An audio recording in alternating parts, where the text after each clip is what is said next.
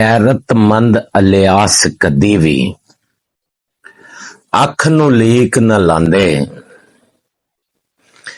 ਗੈਰਤਮੰਦ ਅਲਿਆਸ ਕਦੀ ਵੀ ਅੱਖ ਨੂੰ ਲੀਕ ਨਾ ਲਾਂਦੇ। ਬੇਵਫਾਈ ਕਰਨ ਮੁਨਾਫਿਕ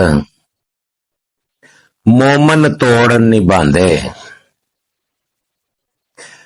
कौन है मोमन कौन मुनाफिक, कौन है मोमन कौन मुनाफिक, ए नतारा होके रासी। दर्दमंदां दे दर्दी आखण, दर्दमंदां दे दर्दी आखण, ए नजारा होके रासी।